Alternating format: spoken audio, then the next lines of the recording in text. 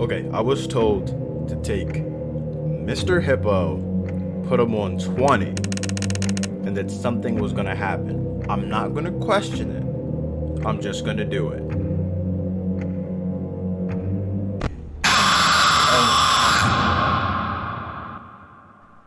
Ah, it seems that you have met your end. Ah, what a pity. What was the You point? know, I don't feel too bad about it, though. After all, if it weren't me, it would have just been one of the others, I guess. I'm honestly just glad to be out of those air ducts. You know, it's not easy for a hippopotamus to fit up there, and not easy to get down either, and not as young as I used to be, as you can see. I used to be able to do all the sorts of things. You're young, you're vibrant, you have that sort of pep in your step.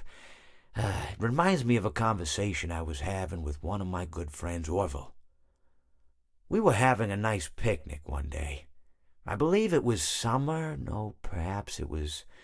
Was it the fall? Yes. It was the fall because the leaves had turned already.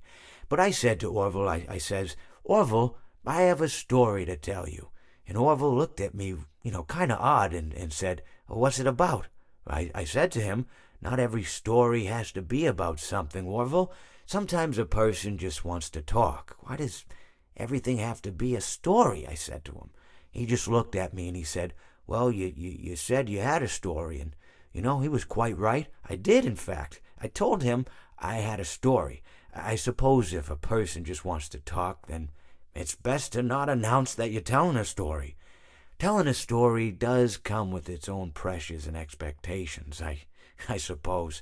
After all, if you're just talking to a friend, and there's no more expectations than if you were talking into the wind. Words by themselves aren't expected to carry, aren't expected to stick.